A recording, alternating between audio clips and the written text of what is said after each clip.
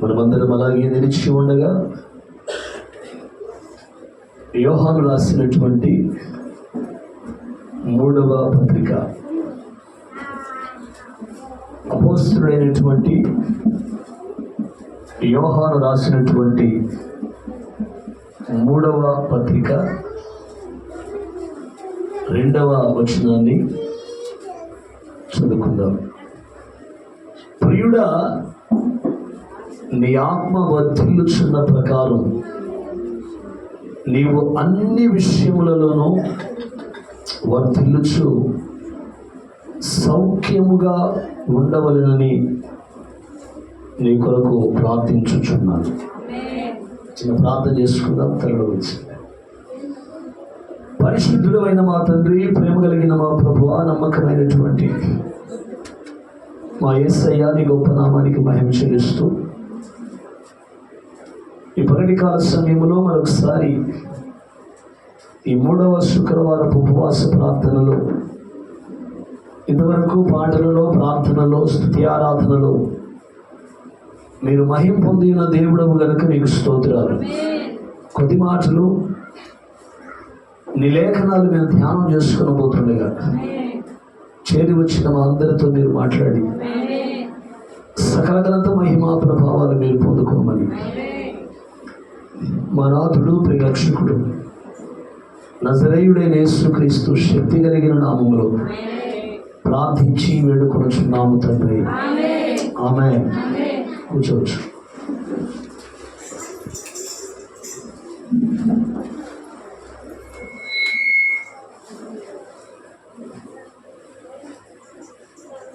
దేవుని పరిశుద్ధ నామమునకు మహిమ కలుగునుగాక. మన రక్షకుడు ప్రభువైన యేసుక్రీస్తు శక్తి కలిగిన నామములో ఈ 3వ శుక్రవారం ఉపవాస ప్రార్థనకై చేరి వచ్చిన మీ అందరికీ వందనాలు. దేవుడు మిమ్మల్ని అందరినీ దీవించుగాక. ఆమేన్. అపోస్తలుడైనటువంటి యోహాను తను రాసినటువంటి పత్రికలో ఒక ప్రాముఖ్యమైనటువంటి మాట చెప్తున్నాడు. ఏంట మాట అంటే, ప్రియుడా, నీ ఆత్మ వర్ధిల్లుచున్న ప్రకారం నీవు అన్ని విషయములలోనూ వర్ధిల్లుచు సౌఖ్యముగా ఉండవలెనని ప్రార్థించుచున్నాను. ఆమేన్. ఇక్కడ యోహాను రాస్తూ చెప్తున్న మాట ఏంటంటే, ఆత్మలో మీరు వర్ధిల్లాలి. ఆమేన్. అబ్రహాముకు దేవుడిచ్చినటువంటి వాగ్దానాన్ని మనం కనుక జ్ఞాపకం చేసుకుంటే, అబ్రహామును దేవుడు ఎలా దీవించాడు, ఎలా ఆశీర్వదించాడు అంటే, ఆమేన్, అబ్రహాము భూ సంబంధంగా వర్ధిల్లాడు, పర సంబంధంగా వర్ధిల్లాడు.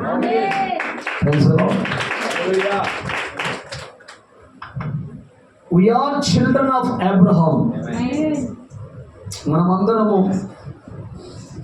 అబ్రహాము యొక్క రాజ సంతానమై ఉన్నాం. మనం అబ్రహాము యొక్క రాజ సంతానం, ఆత్మ సంబంధమైనటువంటి ఇశ్రాయేలు ప్రజలమై ఉన్నాం. Praise the Lord. అయితే ఇక్కడ యోహాను చెప్తున్నటువంటి మాటను మనం గమనిస్తే, ఆత్మలో వర్ధిల్లాలి. మన బ్రతుకులకి శరీర సంబంధమైన వర్ధిల్లటం లేదు,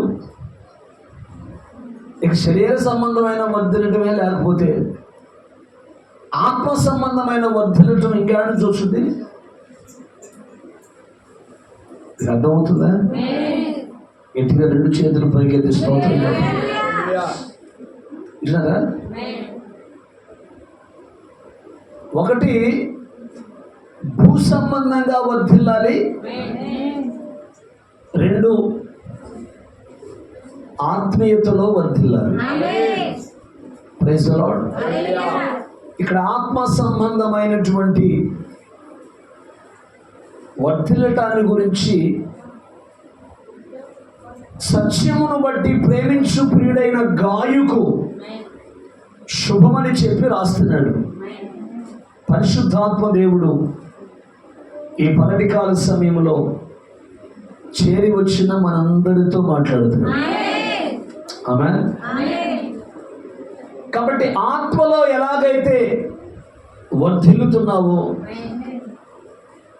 శరీర సంబంధమైనటువంటి విషయాలలో కూడా నీవు వర్ధిల్లాలి.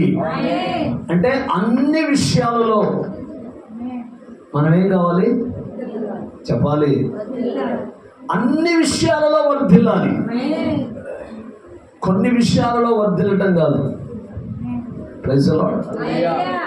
అబ్రహాము యొక్క జీవితాన్ని మనం గనక గమనిస్తే ఆది కాండము 8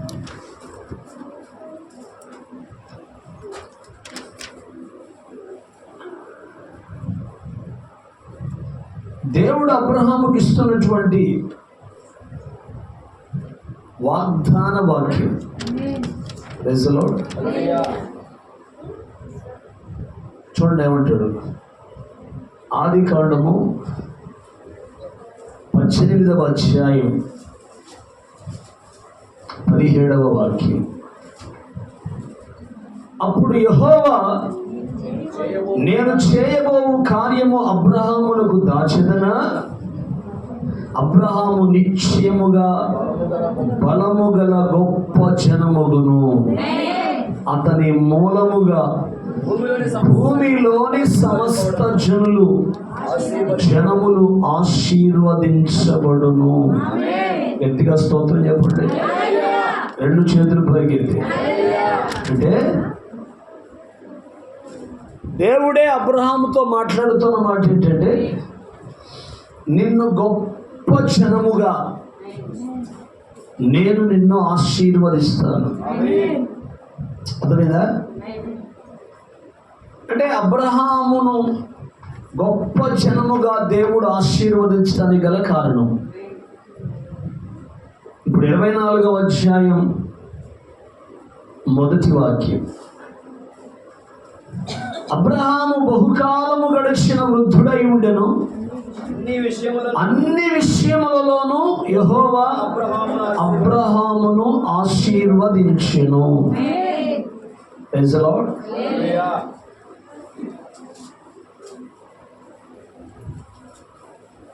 ఇప్పుడు యోహాను ఏమంటున్నాడు? ప్రియుడా, నీ ఆత్మ వర్ధిల్లుచున్న ప్రకారం నీవు అన్ని విషయములలో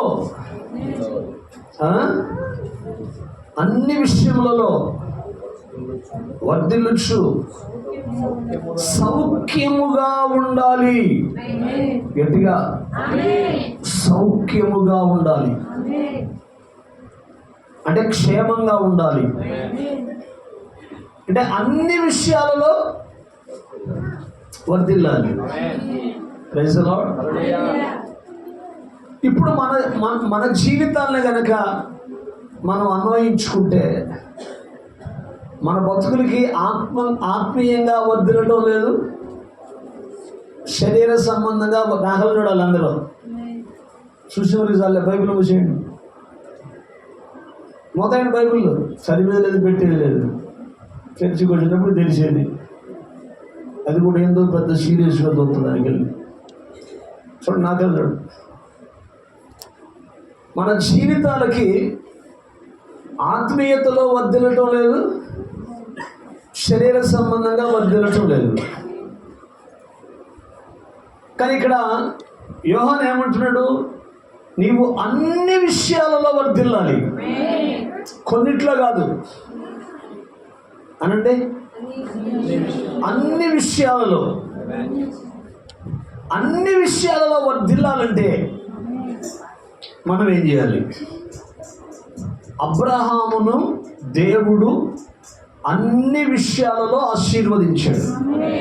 గట్టిగా చెప్పండి. ఓపిక లేదని చెప్పినట్టు చెబుతున్నారు.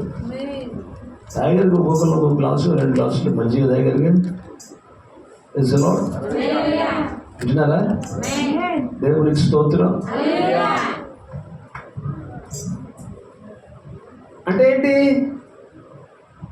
దేవుడు ఒక వ్యక్తిని అన్ని విషయాలలో ఆశీర్వదించాడంటే ఆ వ్యక్తి ఎలాంటి వాడై ఉంటాడు? దిట్టంగా నిద్రపోయేవాడై ఉంటాడా? ఎలాంటి వాడై ఉంటాడు? Praise the Lord. ఆదికాండం 22వ అధ్యాయం. ఆ సంగతులు జరిగిన తర్వాత దేవుడు అబ్రహామును పరిశోధించెను. దేవుని ప్రవక్త ఒక చక్కటి మాట అంటాడు, నిజమైన దేవుని పిల్లలను దేవుడు పరిశోధిస్తాడంట, పరీక్షిస్తాడు. ఆ పరీక్షలో వారు నిలబడతారా నిలబడలేరా అని దేవుడు నిజమైన తన పిల్లల్ని పరీక్షిస్తాడు. గట్టిగా స్తోత్రం చెప్పండి. ఎట్లయినా ఆయన అబ్రహాము అని పిలువగా అతడు చిత్తము ప్రభువా నేను. అబ్రహామును దేవుడు అన్ని విషయములలో ఆశీర్వదించడానికి కలిగిన ప్రాముఖ్యమైన కారణాలు చెప్తున్నాను. జాగ్రత్తగా వింటే మీరు కూడా అన్ని విషయాలలో ఆశీర్వదించబడతారు. లేక కొన్ని విషయాల్లో కూడా ఆశీర్వాదం ఎప్పుడు చూసినా మనదంతా అడక తినే బతికే. ఎంతకాలం ప్రార్థనలకు వచ్చినా అడక తినే బతికే తప్ప ఏముండదు. రెండోది ఉండదు ఇక. ఎందుకంటే ఉపవాస ప్రార్థన రోజు కూడా ఇంత తిని వచ్చి కూర్చొని ఇక నిద్రే నిద్ర. ఉపవాస ప్రార్థన గురించి ఏం చేయాలి? నిద్రపోవాలి. ఉపవాస ప్రార్థనకు వస్తూ కూడా దిట్టంగా తిని రావాలి. ఏ వయసు అయిపోయిన వాళ్ళు, షుగర్ పేషెంట్లు, అట్లాంటి వాళ్ళు తిని రావచ్చు శుభ్రంగా. వాళ్ళు ఉండలేరు, వాళ్ళు బలహీనులు కాబట్టి. షుగర్తో ఉపవాసంతో ఉంటే వాళ్ళకి ఏమన్నా అయింది కాబట్టి. ఏం మాయ రోగమా? దిట్టంగా ఉన్నావుగా, ఏ రోగం లేదుగా, వయసు ఉందిగా, ఏం ఉపవాసం ఉండి రావచ్చు కదా. కూర్చొని దేవుని సన్నిధిలో 2-3 గంటలు, ఒక 5 గంటలు వచ్చిందే 12 గంటలకి, 1 గంటకే వచ్చావు. నీ బతుకు ఒక క్రమం లేదు, ఒక స్థితిగతులు లేవు. దేవుడు అంటే అసలు భయం లేదు, భక్తి లేదు. దేవుని భయం లేదు, మనుషుల భయం లేదు, సేవకుల భయం లేదు, ఎవరి భయం లేదు. కానీ దీవెనలు మాత్రం కుప్పలు వచ్చి పడాలి. ఎంత భయంకరం ఒకసారి ఆలోచన చేయండి. ఆశీర్వాదం ఎక్కడి నుంచి వచ్చింది? అసలు మన బతుక్కి ప్రార్థన ఉంటేగా. మన బతుక్కి అసలు ప్రార్థన ఉంటే, అసలు ప్రార్థన జీవితం లేదు, భక్తి లేదు, యథార్థత లేదు, పరిశుద్ధత లేదు. ఒంటి సోకిచ్చినంత ప్రాముఖ్యత భక్తిలో లేదు. ఎంత భయంకరం ఒకసారి ఆలోచన చేయండి. దేవునికి స్తోత్రం. దేవుడు సమస్తము చూస్తున్నాడు నీ వేషాలన్నీ. తీర్పులోకి వస్తావు. జాగ్రత్త. Praise the Lord. ఆయన అబ్రహాము అని పిలవగా అతడు చిత్తము ప్రభువా నేను. ఏమంటాడు అప్పుడు ఆయన? నీకు ఒక్కడై ఉన్న నీ కుమారుని, అనగా నీవు ప్రేమించి ఇస్సాకును తీసుకొని మోరియా దేశములకు వెళ్ళి అక్కడ నేను నీతో చెప్పబోవు పర్వతములలో ఒక దాని మీద దహన బలిగా అర్పించమన్నాడు. కొట్ట చెప్పడగట్టిన దేవునికి స్తోత్రం కలుగును. ఏం చేశాడు? తెల్లవారినప్పుడు అబ్రహాము లేచి తన గాడిదకు గంత కట్టి తన పనివారుల ఇద్దరిని తన కుమారుడికి ఇస్సాకును వెంట పెట్టుకొని దహన బలి కొరకు కట్టెలను చీల్చి లేచి దేవుడు తనతో చెప్పిన చోటికి వెళ్ళెను. అర్థమైందా? దేవుడు అంటే ఎంత భయం, దేవుని మాట అంటే ఎంత భయం. మనకి 11 గంటలకు ప్రార్థన అంటే తాఫీగా అన్ని ఆర్చుకొని తీర్చుకొని 11 గంటలకు వచ్చి వంట మొదలు పెడతారు మనోళ్ళు. కూటం అయిపోయిందాకా చేస్తానే ఉంటారు, అయిపోయిందాకా. ఇది ఎంతవరకు క్రమం అర్థమవుతుందా? నిన్న మాకు సేవకుల మీటింగ్ జరిగింది ఫస్ట్ పేతురెడ్డి గారి చర్చిలో. నేను 11 గంటల లోపల వెళ్ళాను. 10 గంటల నుంచి 12 గంటలకు అన్నారు. నేను 10 వెళ్ళిపోయాను. 10:10 వెళ్ళిపోయాను. 10:30కి వెళ్ళిపోయేసరికి వాళ్ళ ఇంట్లో వాళ్ళందరూ ప్రార్థనలో కూర్చున్నారు. ఆయన భార్య, ఆయన కుమారుడు, ఆయన కుమార్తె. Praise Lord. నేను చుట్టూరు గమనించా, వంటలాడు వండుతున్నారా అని. వంట లేకుండా వండుతున్నారు. కనీసం వాసనలు అవుతాయి కదా అంటే ఎక్కడ వంటలు ఉండటం కానీ వాసనలు రావటం కానీ కనపడలా. మొత్తం మీద 12:15, 12:30కి కూటం అయిపోయింది. అప్పుడు అందరికి భోజనాలకి ఆల్రెడీ వాళ్ళు వండేశారు. 10 అన్నం వండారు, ఒక పచ్చడి వండారు, ఒక కూర చేశారు, ఒక సాంబార్ చేశారు, పెరుగు చేశారు. అర్థమైందా? ఇంతకన్నా ఎక్కువ చేశారు మీరు ఇప్పుడు దాకా? అంటే నువ్వు 11 గంటలకి ఆర్చుకొని తీర్చుకొని వస్తున్నావంటే నీకేమి లేదు, దేవుని భయం లేదు. నీ సంపాదన తగలయ్య. ఉపవాస ప్రార్థన రోజు కూడా సంపాదన కోసం పోయి ఆర్చుకొని తీర్చుకొని 12 గంటలకు వచ్చారు. అందుకే నువ్వు కట్టిన మేడలు చూడలేకపోతున్నావు. అసలు మీ ఇంటికాడికి చూడాలంటే మేడ అసలు ఎంత ఎత్తుందో. నువ్వేమో మేడలో ఎవరాళ్ళ కూర్చొని ఎట్లా మూపుతున్నావు. యెజబెల్లాగా సైతాన్ కబ్బేటి. ఉపవాస ప్రార్థన నెలలో ఒక్క రోజు కూడా ఉపవాస ప్రార్థనకు వచ్చి దేవుని సన్నిధిలో కొన్ని గంటలు కూర్చొని ప్రార్థన చేయకపోతే ఎట్ట నీ బతుకు మారుద్ది, నీ కుటుంబం మారుద్ది, నీ భర్త ఎట్ట మారుతారు, నీ పిల్లలు ఎట్ట మారుతారు, నీ కొంపలో దరిద్రం ఎట్టబోద్ది. నెలలో ఒక్క రోజు ఉపవాస ప్రార్థన అంటే మరి మా కొంపలో అందరూ మారాలయ్యా, అందరూ మారాలా, అందరూ ప్రార్థనకు రావాలా,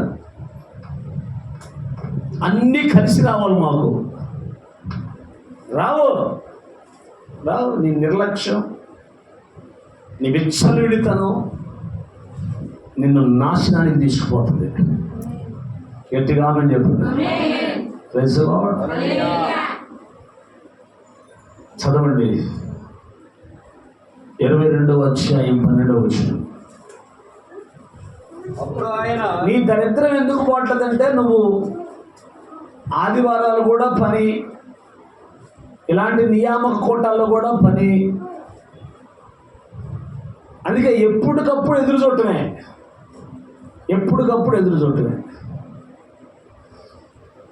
అప్పుడు ఆయన చిన్నవాని మీద చెయ్యి వేయకము, అతనినేమీ చేయకము, నీకు ఒక్కడై ఉన్న నీ కుమారుని నాకు వెనుతీయలేదు గనుక నీవు దేవునికి భయపడువాడవని ఇందువలన నాకు కనబడుచున్నది కూడా.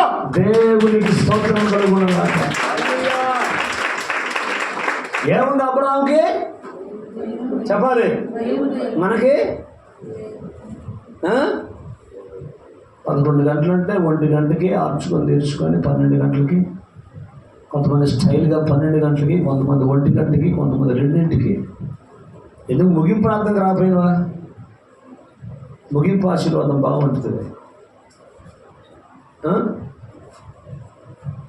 అంటే క్రమము మన జీవితంలో లేదనుకో, క్రమమైనటువంటి భక్తి లేదనుకో, మన జీవితాలకి క్రమం లేకపోతే ప్రభు అంటాడు, నువ్వు దయ్యాలు వదలగొట్టినా, అద్భుతాలు చేసినా, స్వస్థతలు చేసినా, ఇంకోటి చేసినా, నువ్వు పరిచయం చేసినా, వంటలు ఉన్నా, కూరలు ఉన్నా, ఏమున్నా, ప్రభు ఏమంటారు సార్, నీకు క్రమం లేకపోతే అక్రమము చేయువారులారా నా యుద్ధ నుండి తొలగిపోను అంటాడు.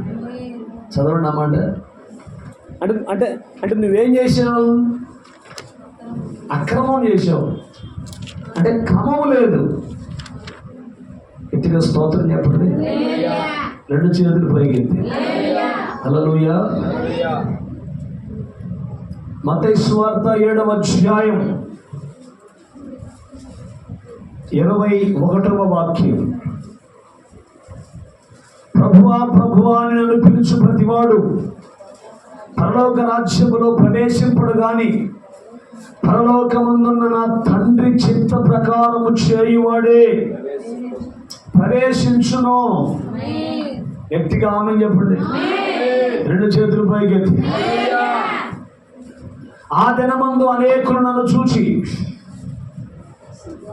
ప్రభువా ప్రభువా మేము నీ నామమున ప్రవచింపలేదా, నీ నామమున దయ్యాలు వెళ్ళగొట్టలేదా, నీ నామమున అనేకమైన అద్భుతములు చేయలేదా అని చెప్పుదురు.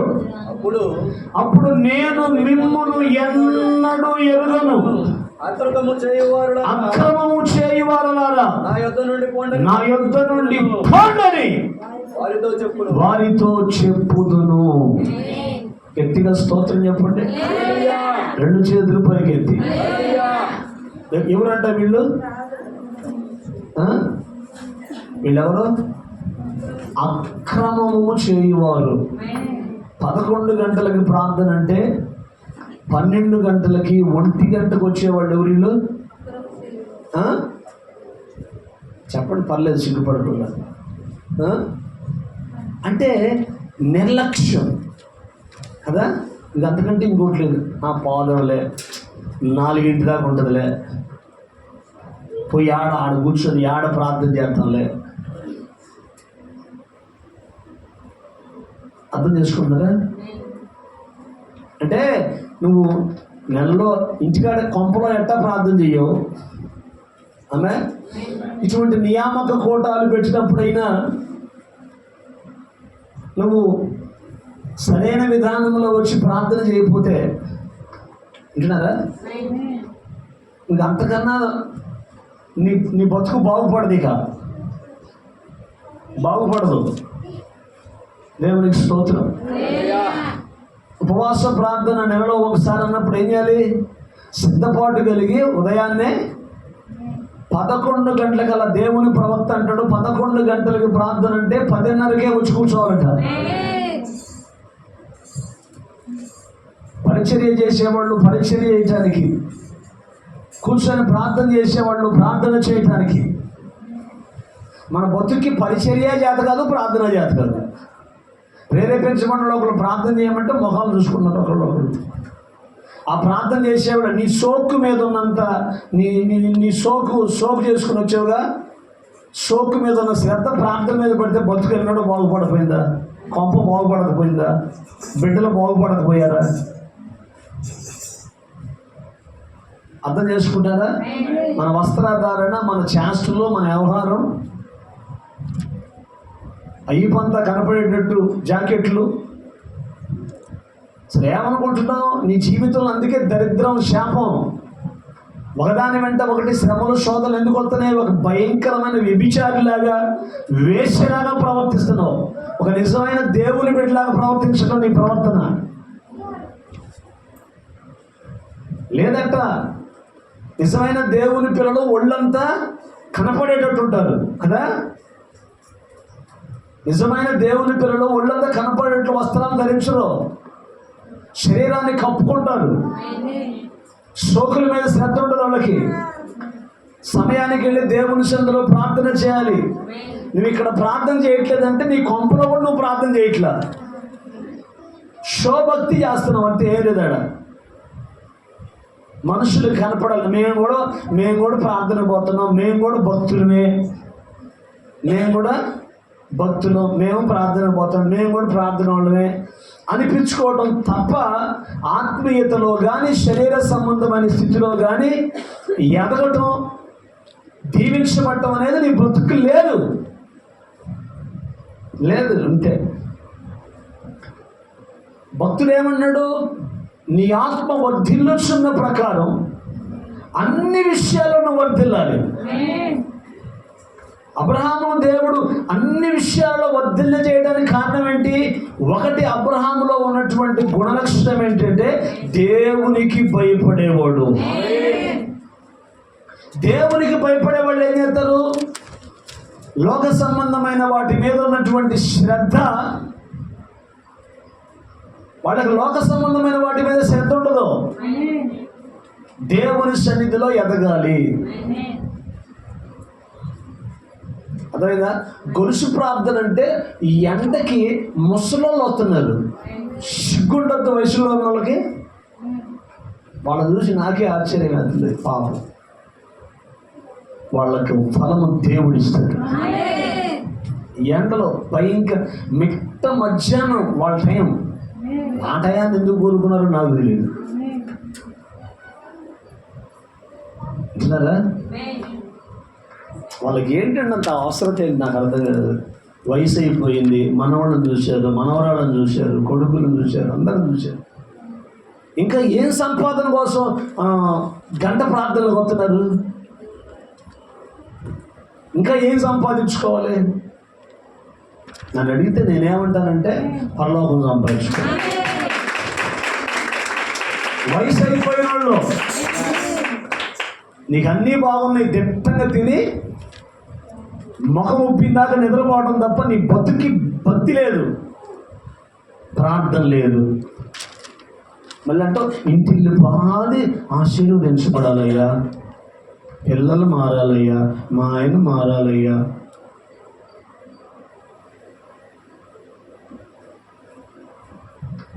నువ్వు సరిగా ఉంటే కదా నీ కొంప సరిగా ఉండేది. ఎంత భక్తి చేసి నీకే సరైన భక్తి లేకపోతే నీ కుటుంబానికి ఎట్లా ఉంటుంది? నీ జీవితానికి ఎలా ఉంటుంది? హల్లెలూయా. అందుకే ప్రభు అంటాడు ఇక్కడ, ప్రవచనం చెప్పిన వాడికే గతి లేదు. ఆమె చెబుతారా? దయ్యాలలో కొట్టిన వాడికే గతి లేదు, అద్భుతాలు చేసిన వాడికే గతి లేదు. మరి నీకేం నుంచి వచ్చింది? నీ నామం దయ్యాలు వెళ్ళగొట్టలేదా? నీ నామం ప్రవచించలేదా? నీ నామంలో అద్భుతాలు లేదా? అసలు ఎవడ నువ్వు నా మీద అంటాడంట ఆయన రేపు. ఎందుకని? వీడు అక్రమం చేశాడు. క్రమమైన భక్తి లేదు, క్రమమైన ప్రార్థన లేదు. ఎంత విచారం! నీ కొంప దరిద్రానికి కారకురాలు నువ్వే. వాళ్ళు డబ్బులు ఉన్నాయి అనుకుంటున్నాం. జ్ఞానవంతురాలు నిద్రపోద్ది. నీ బైబిల్ అట్టుందా?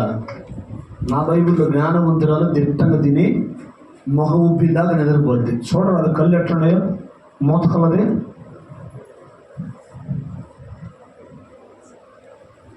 జ్ఞానవంతురాలు నిద్రపోద్ది, 3 రాళ్ళు ప్రార్థన కూర్చుంది. అంతేనా? జ్ఞానవంతురాలు 3 రాళ్ళు. నువ్వు జ్ఞానవంతురాలువో 3 రాళ్ళువో అర్థం చేసుకో. నీకు క్రమం ఉందో క్రమం లేదో చూసుకో. నీకు దేవుని భయం ఉందో దేవుని భయం లేదో చూసుకో. దేవునికి స్తోత్రం కలుగునగాక. 2 చేతులు పైకెత్తే. ఆదికాండం 24వ అధ్యాయం. అబ్రహాము బహుకాలము గడిచిన వృద్ధుడై ఉండును, అన్ని విషయములలో. నాకు ఈ మాట చాలా ఇష్టం. అబ్రహామును దేవుడు అన్ని విషయములలో ఆశీర్వదించెను. అబ్రహామును దేవుడు అన్ని విషయాలలో ఆశీర్వదించడానికి గల ప్రాముఖ్యమైన కారణం ఒకటి, దేవుని భయము కలిగిన వాడు. 2 చేతులు పైకెత్తి. ఆమేన్. రెండో మాట చెప్తాను చూడండి. దేవుని భయము కలిగిన వాడు. ఆదికాండం 12వ అధ్యాయం 1వ వచనం. యెహోవా నీవు లేచి నీ దేశాన్ని నుండి, నీ బంధువుల యొక్క, నీ తండ్రి ఇంటి నుండి బయలుదేరి నేను నీకు చూపించు దేశములకు వెళ్ళు. నిన్ను గొప్ప జనముగా చేసి నిన్ను ఆశీర్వదించెదను. నిన్ను గొప్ప జనముగా చేసి నేనేం చేస్తాను అన్నాడు? ఆశీర్వదిస్తాను. ఆమేన్. నీ నామమును గొప్ప చేయుదును. నీవు ఆశీర్వాదముగా ఉందువు. నిన్ను ఆశీర్వదించు వారిని ఆశీర్వదించెదను, నిన్ను దూషించు వారిని శపించెదను. భూమి యొక్క సమస్త వంశములు నీ యందు ఆశీర్వదించబడును. హల్లెలూయా. నేను ఆశీర్వదించబడాలి అనండి గట్టిగా. నా ద్వారా అనేక మంది ఆశీర్వదించబడాలి. చెప్పగట్టిగా. నోరు తెరవట్లేదు.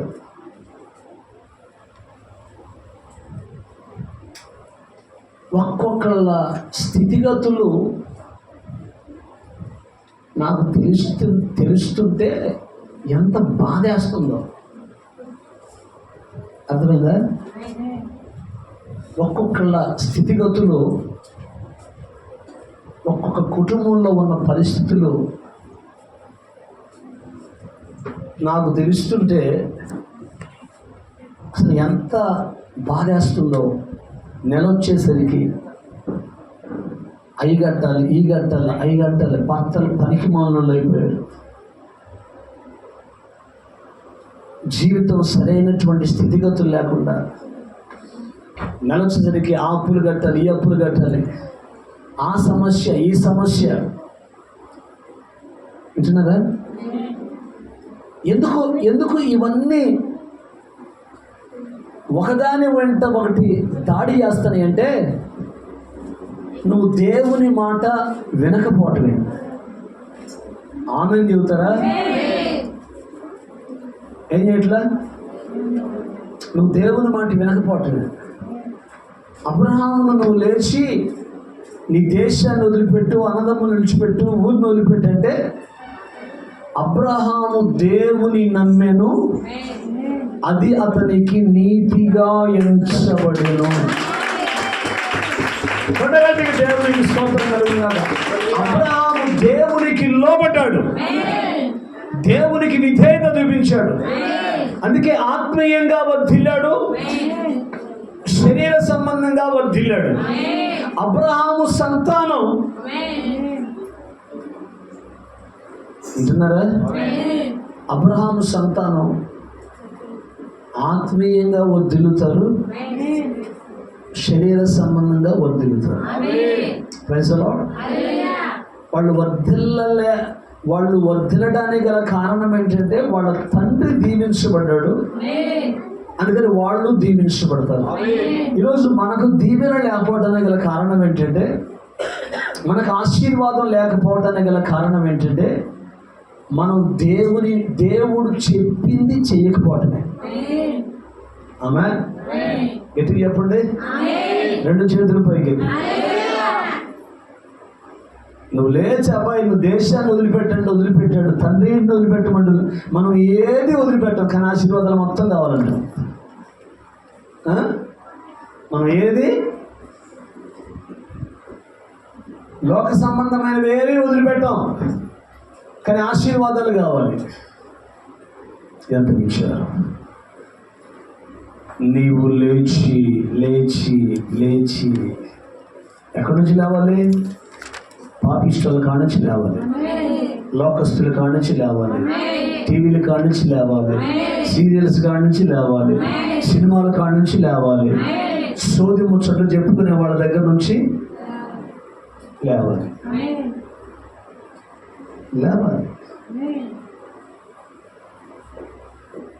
ఒకసారి జీవితాలు పరిశీలన చేసుకొని దేవుడు తప్ప వేరొక ఆధారము లేదని, నిరీక్షణకు ఆధారము ఆయనని ఆయన సన్నిధిలో కూర్చొని ఎక్కువగా ప్రార్థనలు చేయగలిగితే, ఆయన మాట వింటే, ఆయన మాటకు లోబడితే పర సంబంధంగా దీవించబడతావు, భూ సంబంధంగా దీవించబడతావు. నువ్వు వర్ధిల్లటం మాత్రమే కాదు, నువ్వు దీవించబడటం మాత్రమే కాదు, నీ ద్వారా ఏమంటాడు ఆయన? అనేక మందిని నేను ఆశీర్వదిస్తాను. భూమి యొక్క సమస్త వంశములు నీ ద్వారా ఆశీర్వదించబడతాయి. ఆమేన్. తల్లిదండ్రులు ఆశీర్వదించబడాలి, బిడ్డలు చెప్పాలి, బిడ్డలు కూడా ఆశీర్వదించబడాలి. తల్లిదండ్రులకి ఆశీర్వాదం లేదు, బిడ్డలకు అసలు లేదు. వంక ఏంటంటే మా మామ సరిగా భక్తి లేదు. మరి నీ భక్తి ఏంది? మరి నీ భక్తి, నువ్వు చేసేది భక్తి ఏంది? వాళ్ళ భక్తి లేదు, కరెక్టే. మరి నీ భక్తి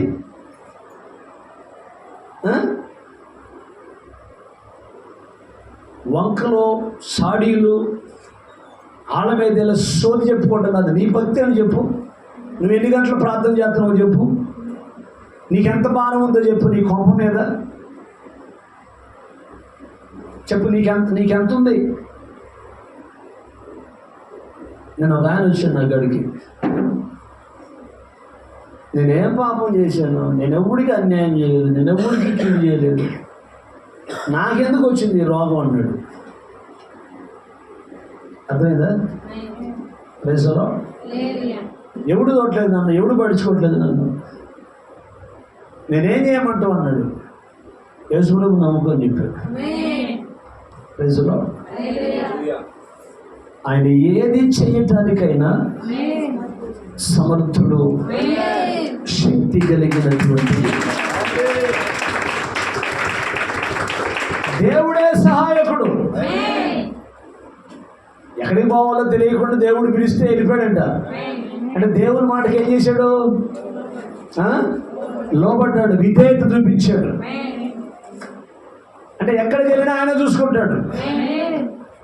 ఆమేన్. హల్లెలూయా. నువ్వు ఏం వదిలిపెట్టవు, కానీ ఆశీర్వాదాలు మొత్తం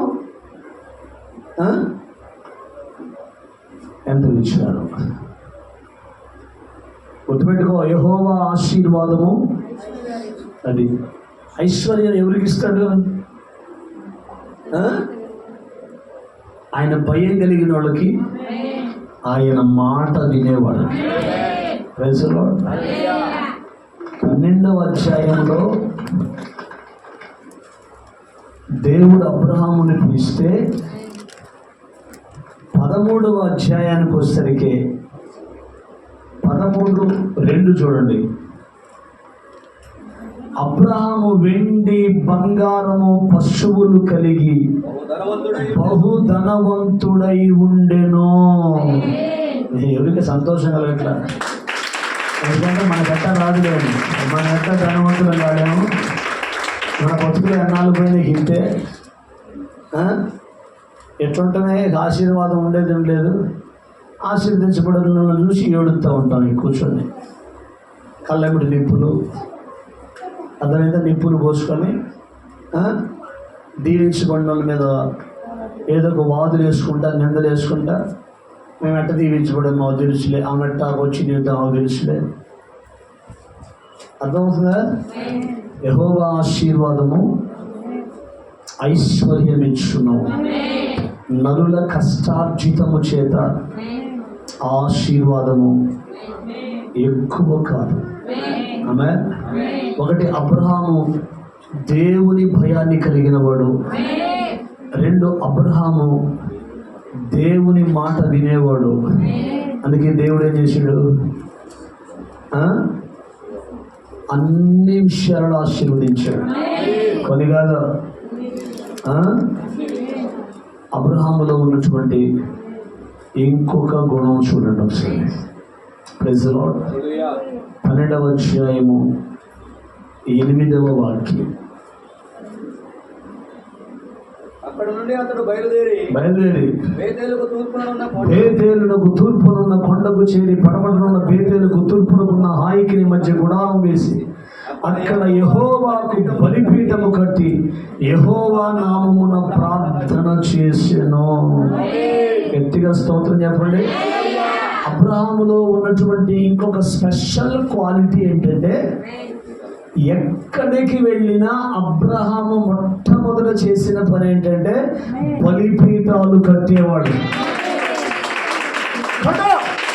దేవునికి స్తోత్రం కలుగునగాక. ఎవడైతే బలిపీఠాలు కట్టేవాళ్ళై ఉంటారో, ఏ కుటుంబంలో అయితే బలిపీఠం ఉంటుందో ఆ కుటుంబాలు దీవించబడతాయి, ఆశీర్వదించబడతాయి. Praise the Lord. ఇంకో మాట 13వ అధ్యాయం 4వ వచనం. తాను మొదట బలిపీఠము కట్టిన చోట చేరెను, అక్కడ అబ్రాము యెహోవా నామమున ప్రార్థన చేసెను. మంచి ప్రార్థనా పరుడు అబ్రహాము. Praise the lord. అలాగే 18వ వాక్యం. అప్పుడు అబ్రాము తన గుడారము తీసి హెబ్రోనులోనున్న మమ్రే దగ్గరనున్న సింధూర వృక్షవనములో దిగి అక్కడ యెహోవా నామమున బలిపీఠము కట్టెను. గట్టిగా స్తోత్రం చెప్పండి. 2 చేతులు పైకెత్తి హల్లెలూయా. 1 దేవుని భయాన్ని కలిగిన వాడు. నెంబర్ 2 దేవుని సన్నిధిలో దేవుని మాట వినేవాడు. ఆమేన్. 3వది ఎక్కడికి వెళ్ళినా బలిపీఠాలు కట్టేవాడు. దేవునికి స్తోత్రం. లేవి కాండములో ఒక శ్రేష్టమైనటువంటి మాట ఉంటుంది.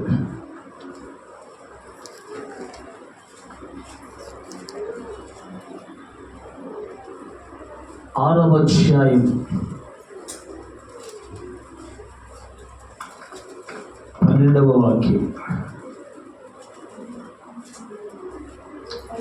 బలిపీఠము మీద అగ్ని మండుచుండవలెను, అది ఆరిపోకూడదు.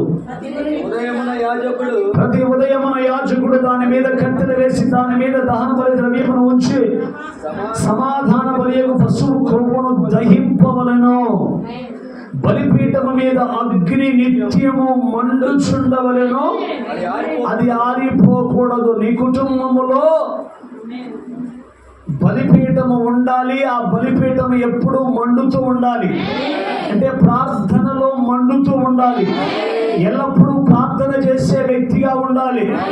అది ఆరిపోకూడదు. ఈరోజు ఎక్కువ చల్లారిపోయిన క్రైస్తవులే ఉన్నారు. అసలు ఆరిపోయారు. ఏం లేదు వెలుగు. ఒకళ్ళో ఇద్దరిలో తప్ప మిగతా బ్యాచ్ మొత్తం ఆరిపోయిన బ్యాచ్. గట్టిగా ఆమెన్ చెబుతారా? Praise the Lord. ఆరిపోయిన వారు మాకు ముందే తెలుసులయ్యా అంటారా? ఆరిపోయిన బ్యాచ్ అని ముందే తెలుసు అంటారా? దేవునికి స్తోత్రం. అగ్ని ఏం కావాలా? ప్రార్థన ఎక్కువ ఏం కావాలా? అది మండుతూ ఉండాలి. Praise the lord. మీ ఇంట్లో ఎప్పుడు కూడా ధూపం చెప్పాలి, ధూపం వేస్తూ ఉండాలి. చుట్ట ధూపం కాదు, సిగరెట్ల ధూపం కాదు. Praise the lord. ఏ ధూపం? ప్రార్థనా ధూపం. దేవునికి స్తోత్రం. ఏ కుటుంబంలో అయితే ఈ లక్షణాలు ఉంటాయో వారు అన్ని విషయాలలో ఆశీర్వదించబడతారు. నేను అడుగుతాను, అసలు నువ్వు ప్రార్థన చేయకుండా నీ బ్రతికెట్ట మారుద్ది?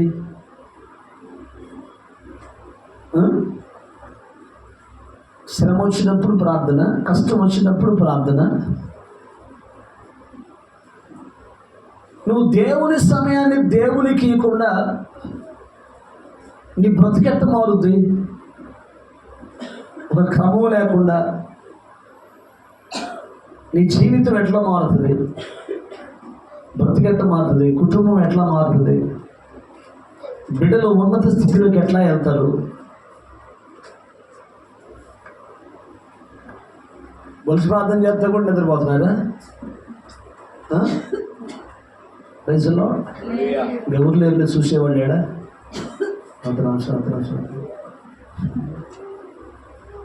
ఎవరు లేరు ఒక దేవుడు చూస్తున్నాడు.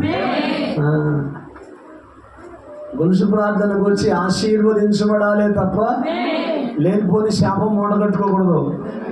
అబ్రహాం గొలుసు ప్రార్థన చేసి శాపం తెచ్చుకున్నాడు.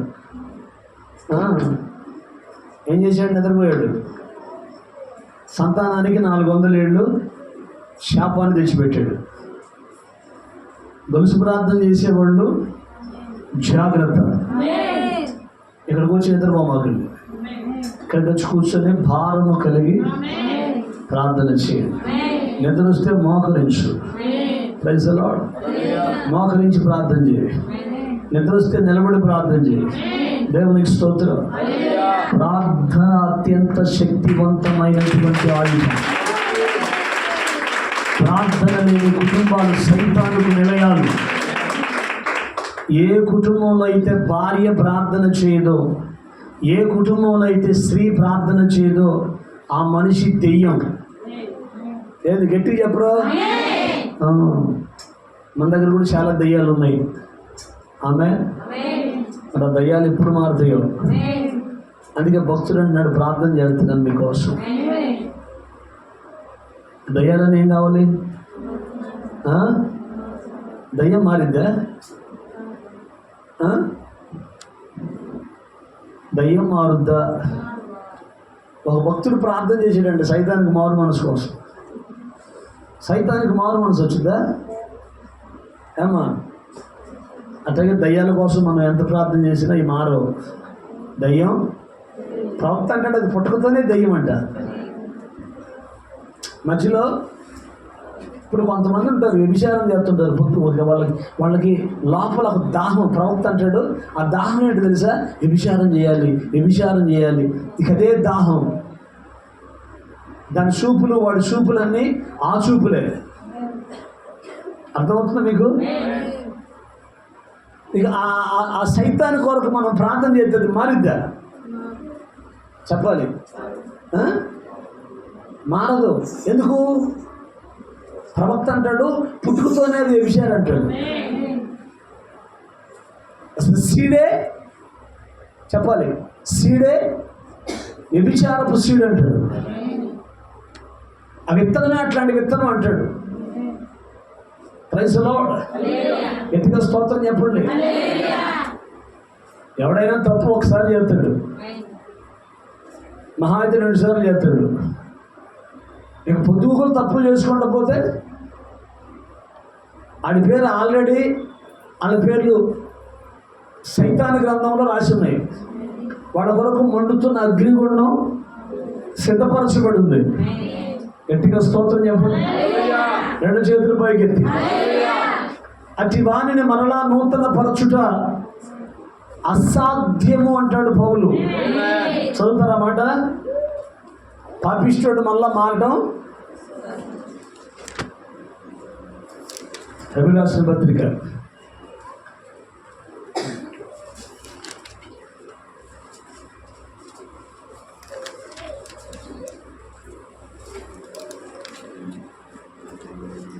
6వ అధ్యాయం 4వ వాక్యం. ఒకసారి వెలిగించబడి, అది పాపిష్టులకి వెలిగే లేదు అసలు. పరలోక సంబంధమైన వరములను చూచి అసలు ఆ వరాలే లేవు. పరిశుద్ధాత్మలో పాలివారై, గట్టిగా స్తోత్రం చెప్పండి. దేవుని దివ్యవాక్యమును రాబో యుగ సంబంధమైన శక్తుల ప్రభావమును అనుభవించిన తరువాత తప్పిపోయిన వారు తమ విషయములో దేవుని కుమారుని మరలా సిలువ వేయచ్చు బాహాటముగా ఆయనను అవమానపరుచున్నారు. కనుక మారు మనస్సు పొందినట్లు అట్టి వారిని మరలా నూతన పరచుట అసాధ్యము. మారు మనసు పొంది రక్షించబడి బాప్తిసం తీసుకొని మరలా పాపిష్టి కార్యక్రమాలు చేసేవాళ్ళు మారటం అసాధ్యము అంటున్నాడు ఇక్కడ. వాళ్ళు ఏం చేస్తారు? మళ్ళా యేసు ప్రభుని సిలువేస్తున్నారు. ఒకసారి నీ కొరకు ప్రాణం పెట్టి రక్తం గారు చనిపోయాడు ఆయన. పాపాలు ఒప్పుకున్నావు, పశ్చాత్తాపడ్డావు, ప్రభు కాడికి వచ్చావు. వచ్చి నువ్వేం చేయాలి? మరలా వాటి జోలికి నిన్న కామ పిశాచిని వదిలిచ్చాను. చెప్పండి, గట్టిగా చెప్పండి. కామ పిశాచి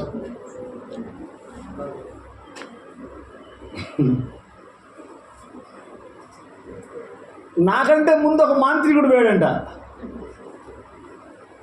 వాడు పోయి కనీసం దయ్యాన్ని బయటికి తీసుకురాకుండా కూర్చోబెట్టి అంతరం కట్టి 5,000 తీసుకొని ఈ పిల్లకి మోహిని పిశాచి పట్టింది అని పోయాడు. ఏది? మోహిని పిశాచి.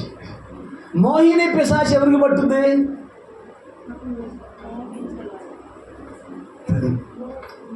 అమ్మో వింటున్నారా? మోహిని పిశాచి ఎవరికి పట్టుద్ది?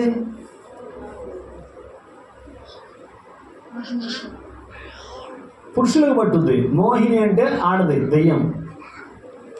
ఎవరికి పట్టుద్ది? పురుషులకు పట్టుద్ది. ఇప్పుడు వ్యభిచార సంబంధమైన ఆత్మ కలిగి సెకండ్ ఫ్యామిలీ పెట్టే బ్యాచ్ మొత్తానికి మోహిని పిశాచులు పట్టి భార్య బతుకుండగా ఆమె చెప్పండి. వ్యభిచార కార్యక్రమాలు జరిగిపోయే వాళ్ళందరికీ మోహిని పిశాచి పట్టి వాడు అటు చేస్తాడట. ఆమె చెప్పండి. కాబట్టి ఆ మోహిని పిశాచి పోవటం కోసం నువ్వేం చేయాలి? ఇంట్లో కూర్చొని గట్టిగా చెప్పండి. చేసేదిలే పెట్టేది ప్రార్థన చేయాలి అంటాం తప్ప అసలు మనకి నిద్ర సైతాన్ని పట్టింది. నిద్ర సైతాను, తిండి సైతాను. తింటాం అది. ఇప్పుడు నేను ఆటో ఎక్కి వస్తా నేను మ్యాథ్యూస్ పాస్టర్ గారు పోయాం అన్న. మోహిని పిశాచి పట్టిందంటే అన్న మోహిని కాదని అది కామ పిశాచి అన్నాడు ఆయన. అదేంటన్నా పట్టింది మగదయ్యమన్నా? అది మగదయ్యమే పట్టింది ఆడాంకి అంటుంది. రోజు నాకు ఏమంటే చాలా ఇష్టం, ఏమని నేను ప్రేమించాను, అందుకే ఏమ మీద పడి తుక్కుతున్నాను రాత్రిపూట. నేను ఏమో తప్ప వాళ్ళ ఆయన సరిగా చూసుకోవట్లా అని వాళ్ళ ఆయన మీదకి కోపంతో చూస్తుందిట దెయ్యం, కామ పిశాచి. అంటే వాడు ఎక్కడి నుంచి వచ్చాడో ఎవరికి పట్టాడు? ఆమెకు బట్టి వేధిస్తున్నాడు. నేను పోను అంటున్నాడు. అన్నయ్య వదిలే అన్నయ్య పోతాను. నన్ను అన్నయ్యాడు సైతానా? మేమంట అన్నయ్యలమంట. ఏయ్ సైతానికా బేటా, మేము దేవుని సేవకులు రా అంటాడు మ్యాథ్యూస్ గారి పక్కన. మాకు నీకు పోలికేంది సైతానా, అపవాది. అర్థమవుతుందా? కామ పిశాచి మొత్తం మీద 2.5 గంటలు పట్టింది వదిలేయడానికి. Praise the Lord. డాన్స్ చేసింది, అరుస్తుంది, కేకలేస్తుంది. నేను పోనన్నది మొత్తం మీద దేవుని శక్తి. అందుకే చాలామందికి కామ పిశాచులు బట్టి మోహిని పిశాచి. దేవునికి స్తోత్రం. ఇంకా మనిషికి పొద్దుకోకులు చీకటి పడితే చాలు మీకు ఊగుతూ ఉంటుంది మోహం, దాహం, మోహం అని. ఇక దానికి తల్లి లేదు, అన్న లేదు, అక్క లేడు, చెల్లెలు లేదు, ఏ లేదు. ఆ టయానికి ఎవడు దొరికితే ఇటువంటి దయ్యాలన్నీ యేసు నామములో బంధించబడును గాక. దేవునికి స్తోత్రం. ఇది చెప్పండి. ఇప్పుడు మోహిని పిశాచి పట్టేది ఎవరికి? మళ్ళీ పాపం చేయాలంటున్నాం, మొగలకు పట్టింది. కామ పిశాచి ఎవరికి పట్టుద్ది? నీకు అర్థమవుతుందా? రివర్స్ చెప్పానా? మీరు రివర్స్ చెప్పారా?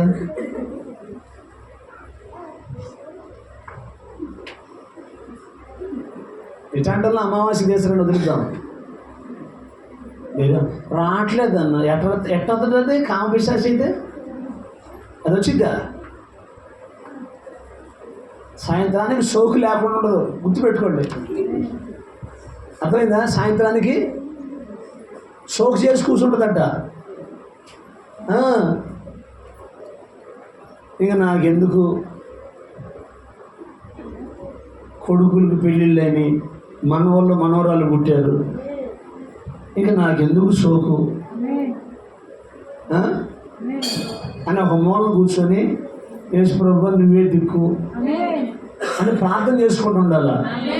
ఈ కామ పిశాచి ఏం చేస్తే సోకు చేసి రోడ్డు మీద కూర్చొని, అరుగుల మీద కూర్చొని వచ్చిపోయే వాళ్ళని హాయ్ హలో అంటున్నట్టు. లేదా బైబిల్లో చదవండి. ఎవరు?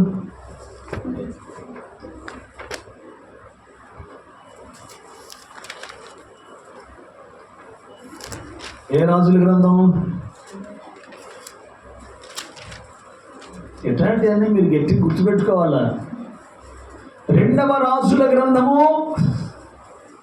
9వ అధ్యాయం. కొంతమందికి భర్తలు చచ్చిపోయినాక సోకులు ఎక్కువైతున్నాయి. అర్థమైందా మీకు? 2వ రాజుల గ్రంథము 9వ అధ్యాయము 30వ వచనం. యెజ్రెయేలు ఊరికి వచ్చిన సంగతి యెజబెలునకు వినబడిన గనక ఆమె తన ముఖమునకు రంగు పూసుకొని శిరోభూషణము ధరించుకొని కిటికీలో నుండి కనిపెట్టి చూచుచుండగా. నేను గట్టిగా స్తోత్రం చెప్పరా? యెహూ అంటే ఎవరో తెలుసా? పాస్టర్ గారు, ప్రవక్త. ప్రవక్త మీ ఇంటికి వస్తుంటే నీకు సోకెందుకు నాకు అర్థం కాదు. ప్రవక్త వచ్చాడని అర్థమైపోయి తెలిసిందంట. తెలిసి ఏం చేసింది? ఇంకొంచెం సోకు చేసుకుందంట. చదవండి. ముఖానికి రంగులు పూసుకొని శిరోభూషణములు. ఆమె చెబుతారా? గట్టిగా 2 చేతులు పైకెత్తి. శిరోభూషణములు. ఇప్పుడు ప్రారంభంలో వచ్చేటప్పుడు ఎట్టుంది మన ముఖం? 11ంటికి వచ్చేటప్పుడు ఎట్టుంది మన ముఖం? కొంచెం ఏమి లేకపోయినా అయ్యి పూసి కొంచెం కలర్ఫుల్గా వచ్చినట్టున్నాం. Praise the lord. వచ్చినాక ఏం జరిగింది? ఫ్యాన్ గాలి జరిగింది తగలక ఏందో అటు ఒకటి పెట్టిండు, ఇటు ఒకటి పెట్టిండు. ఏ శివుడు పెట్టించుగా ఆ శివుడు ఒకటి, ఈ శివుడు ఒకటి, 2. దేవునికి స్తోత్రం. తలా 2000 ఎత్తి పెట్టిద్దాం. ఏమన్నా పెద్ద లెక్కే ఉంది. మీటింగులకి డబ్బులు. దేవునికి స్తోత్రం. మీ దరిద్రం అంతే నిలిచి ఉండును గాక. చూడు, దీనికి ఆమె చెప్పట్లేదు. Praise the Lord. గట్టిగా స్తోత్రం చెప్పండి. ముఖమునకు రంగు పూసుకొని శిరోభూషణమును ధరించుకొని యెహూ గుమ్మము ద్వారా ప్రవేశించిన హీరో గారు వచ్చాడంట. దేవునికి స్తోత్రం. ఆమె అతను చూసి నీ యజమానుని చంపినవాడా, జిమ్రీ వంటి వాడా? ఏ సమాధానం అంటుందో? మొహం అంతా ఎర్రబడుతుంది ఆయనకి, నువ్వు చేసే చేష్టలకి. ప్రవక్త ముఖం ఎప్పుడు ఎర్రబడుతుంది? ముఖం ఎప్పుడు ఎర్రబడుతుంది చెప్పండి? కోపం వచ్చినప్పుడు. ప్రవక్త కూడా దీని వేషాలు చూసి దీని వేషాలు అనుకుంటూ వచ్చాడు లోపలికి. Praise the Lord. గట్టిగా. అతడు తల ఎత్తి కిటికీ తట్టు చూసి ఏం మాట్లాడలా. నా పక్షమందున్న వారు ఎవరిని అడగగా 2-3 పరిచారకులు పైనుండి తొంగి చూచిరి. దీనిని కింద పడద్రోయుడని చెప్పగా వారు దానిని కిందికి పడద్రోసినందున దాని రక్తములో గోడ మీద గుర్రముల మీద చిందెను. గుర్రాలు దక్కినాయి అంటే యెజబెల్ని. గట్టిగా స్తోత్రం చెప్పండి. 2 చేతులు పైకి. హల్లెలూయా. అర్థమవుతుందా? జీవము కలిగిన దేవుని సన్నిధిలో దేవుని బిడ్డలు దేవుని భయాన్ని కలిగి ఉండి, ఆమేన్, రెండవది దేవుని మాట వింటూ బలమైనటువంటి ప్రార్థనాత్మను కలిగి దేవుని సన్నిధిలో ఉండాలి. ఒక 2 మాటలు చెప్పి నేను ముగిస్తాను. Praise the Lord. ఆదికాండము 14వ అధ్యాయం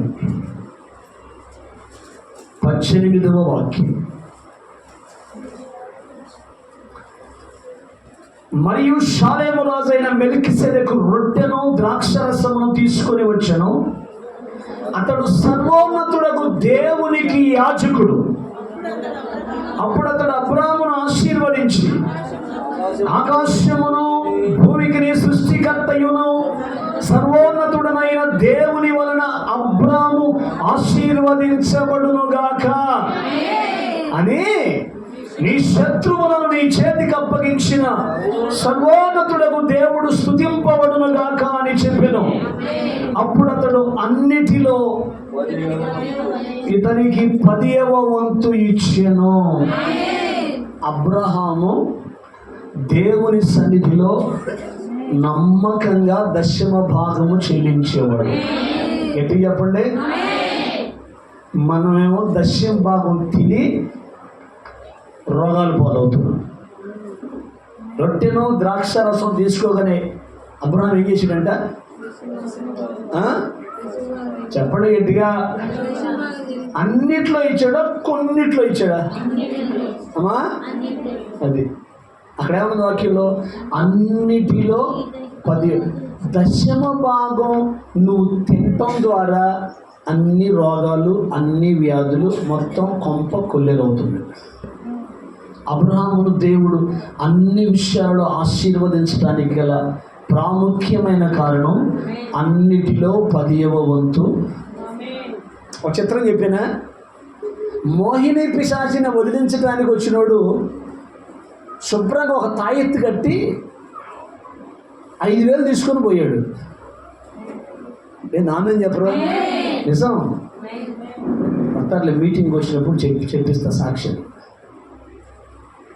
ఇప్పుడు మేము గంటన్నర అరిసి కేకలేసి చెమటలు బట్టి దేవుని శక్తి దిగొచ్చి కాల్ చేసి ఇక దయ్యం మీద దయ్యం రాకుండా ఉంటావా అని చెప్పి ప్రార్థన చేసి వస్తే వింటున్నారా? మాకు 2,000 ఇచ్చింది, వాడికేమో పాస్టర్ గారు. మరి పాస్టర్ గారు వచ్చేసరికి మరి డబ్బులన్నీ అయిపోయినాయండి. ఆమె చూస్తారా? అంటే ఆడికి ఆ తాయిత్తులకి ఆ మంత్రగాళ్ళకి ఏమంటారు మొత్తం ఉన్నదంతా పెట్టి చివరికి పాస్టర్ గారు వచ్చి ప్రార్థన చేసేసరికి ఏమైంది? లోక సంబంధమైనవన్నీ ఇటానికి డబ్బులు ఉంటాయి. ప్రార్థన కాడికి వచ్చేసరికి నీ డబ్బులు ఎట్టాగా నీ దగ్గర నుంచి పక్కకు పడేయాలో దేవునికి బాగా తెలుసు. అందుకే నీ హృదయం ఉంటుంది చూసావా? నీ హృదయాలోచనను బట్టే దేవుడు నీకు తగిన శాస్తి చేస్తాడు. అర్థమైందా? కొన్నిటిలో నువ్వు నమ్మకంగా ఉంటే అన్నీ దేవుడు ఇస్తాడు. కొంతలో నువ్వు నమ్మకంగా నువ్వు అనుకో అసలు లేకుండా చేస్తాడు. దేవునికి స్తోత్రం. కొంచెములో నమ్మకంగా ఉన్నవాడు అటువంటి వాళ్ళకి దేవుడు ఎక్కువ ఇస్తాడంట. ఆ కొంతలో నువ్వు నమ్మకంగా లేకపోతే ఆమె దేవుడు నీ జీవితంలో ఎటువంటి ఆశీర్వాదాలు ఇవ్వడు. మొత్తం పాఠానికైనా ఇష్టపడతారు కానీ దేవునికి మాత్రం హీరో. ఆమె చెబుతారా గట్టిగా? 3వ శుక్రవారం భోజనం ఎంత అవుతాయి? మహా అయితే ఒక 2,000. ఒక 3,000 రూపాయలు. అర్థమైందా?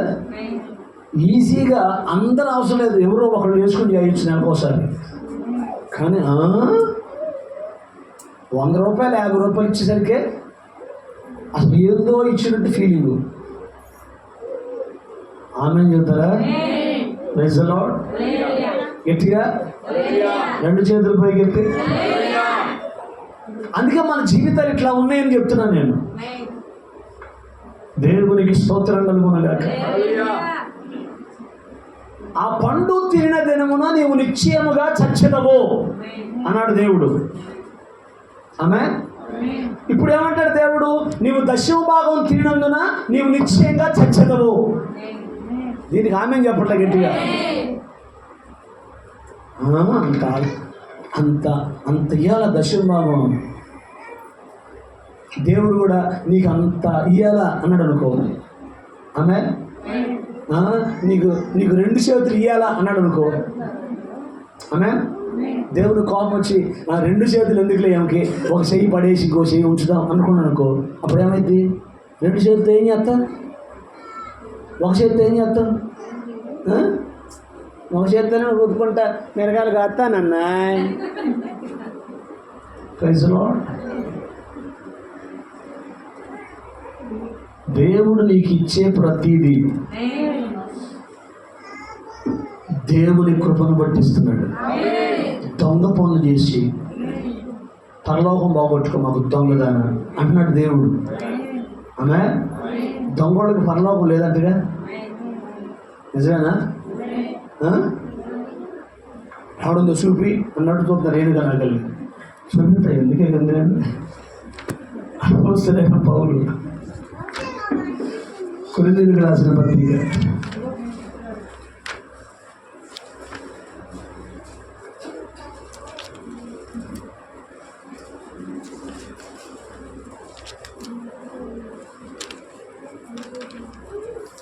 1వ పత్రిక అనుకుంటా.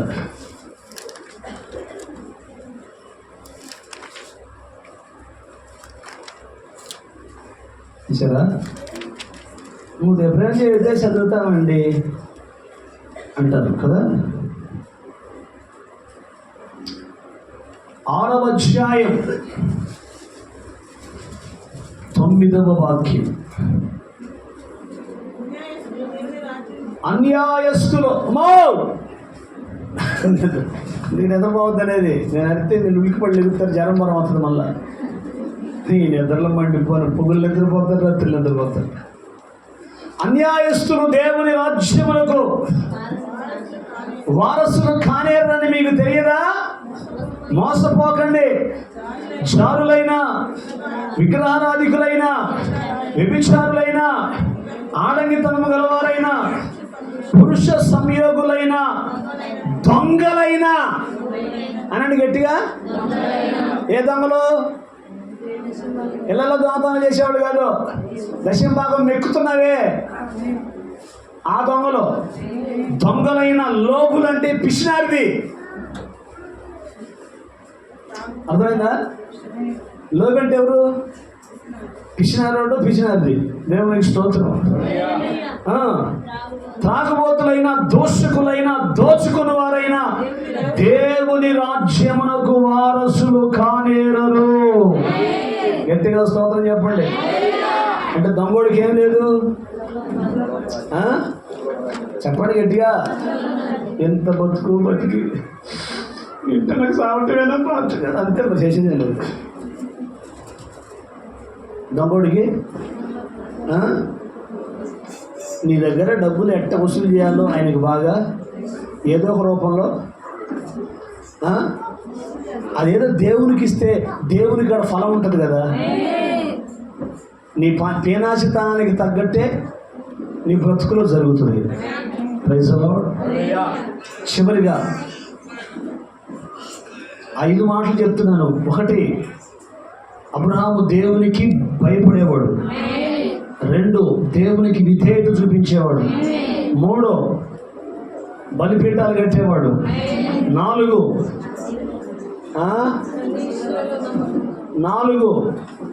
10వ భాగము కట్టేవాడు. 5 విజ్ఞాపన చేసేవాడు. దేవునికి స్తోత్రం. అదే ఈ 18వ అధ్యాయం. సొదొమ పట్టణాన్ని దేవుడు నాశనం చేయడానికి వచ్చినప్పుడు అక్కడ దేవునితో బేరం ఆడుతున్నాడు. చూడండి ఒకసారి 18వ అధ్యాయం 20వ వచనం. మరియు యెహోవా సొదొమ గొమొర్రాలను గురించిన మొర గొప్పది గనుక, వాటి పాపము బహు భారమైంది గనుక, నేను దిగిపోయి నా ఎద్దుకు వచ్చిన ఆ మొర చొప్పుననే వారు సంపూర్ణం చేసిన లేదో చూచెదను. నేను చేయని ఎడల నేను తెలుసుకుందును. నేను ఆ మనుషులు అక్కడ నుండి తిరిగి సొదొమ వైపుగా వెళ్ళిరి. అబ్రహాము ఇంకా యెహోవా సన్నిధి నిలుచుండెను. అప్పుడు అబ్రహాము సమీపించెటను, దుష్టులతో కూడా నీతిమంతులను నాశనము చేయుదువా? పట్టణంలో ఒకవేళ 50 మంది నీతిమంతులు ఉంటే, వానిలో నుండి 50 మంది నీతిమంతుల నిమిత్తము ఆ స్థలమును నాశనము చేయక, అంటే 50 మంది కానుంచి చివరికి 10 మంది దాకా దేవునితో బేరమాడాడు. సొదొమలో ఉన్నటువంటి నీతిమంతుల కొరకు విజ్ఞాపన చేసేవాడు, విజ్ఞాపన చేసినవాడు.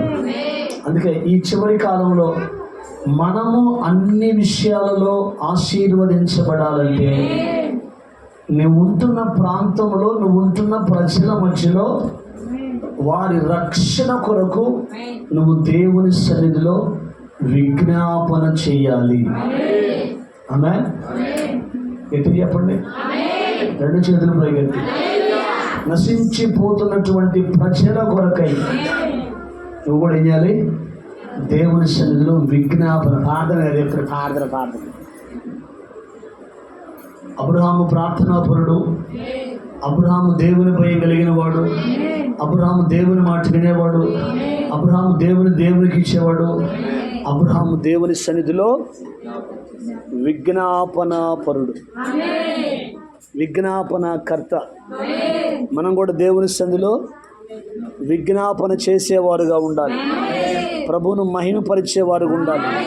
ప్రభువుని గణపరిచేవారుగా ఉండాలి. ప్రభువుని హెచ్చించేవారుగా ఉండాలి. అప్పుడు అన్ని విషయాలలో, అర్థమైందా? ప్రార్థన చేయకుండా, భక్తి లేకుండా, దేవుని సన్నిధి క్రమంగా రాకుండా, నీ ఇష్టానుసారంగా ప్రార్థనకు వచ్చి నీ ఇష్టానుసారంగా జీవిస్తే ఎట్టి పరిస్థితులలో దేవుని ఆశీర్వాదాలు రావు. ఆమేన్ చెప్పండి గట్టిగా, 2 చేతులు పైకెత్తి. హల్లెలూయా. దేవుని కృప కొరకు కనిపెట్టుకుంటూ దేవుని సన్నిధిలో ఎవరైతే విధేయత కలిగి ఉంటారో వారి జీవితాల్లో దేవుడు గొప్ప కార్యాలు చేస్తాడు. ఒక నిమిషం అందరూ మోకరించండి.